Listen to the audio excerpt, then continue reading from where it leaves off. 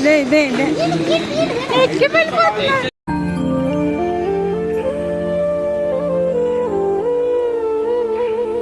Very sad news అండి. అసలు ఎలాంటి అగ్ని ప్రమాదం జరగకుండానే చైన్ పుల్లింగ్ చేయడం ఏంటి, వీళ్ళు ట్రైన్లోంచి కిందకి దిగడం ఏంటి. నిన్న సాయంత్రం అంటే బుధవారం సాయంత్రం 5 గంటల సమయంలో మహారాష్ట్ర జలగాం దగ్గరలో ఒక ఘోరమైన ట్రైన్ యాక్సిడెంట్ జరిగిందండి. ఈ యాక్సిడెంట్లో అక్కడికక్కడే 11 మంది చనిపోగా 40 మంది వరకు గాయాలైనాయండి. అయితే ఇది ట్రైన్ యాక్సిడెంట్ కాదని చెప్పాలండి. సరైన అవగాహన లేకపోవటం వల్ల ప్రయాణికులు వాళ్ళ మరణాన్ని వాళ్ళే కోరి తెచ్చుకున్నట్టుగా అయిపోయిందండి.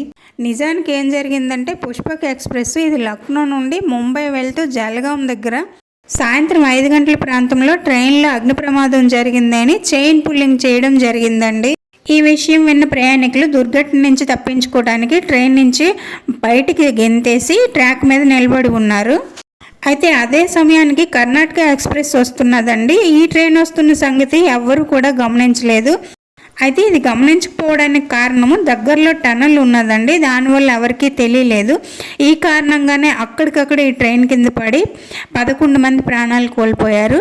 ఇంకో 40 మందికి తీవ్రమైన గాయాలు తగిలినాయండి.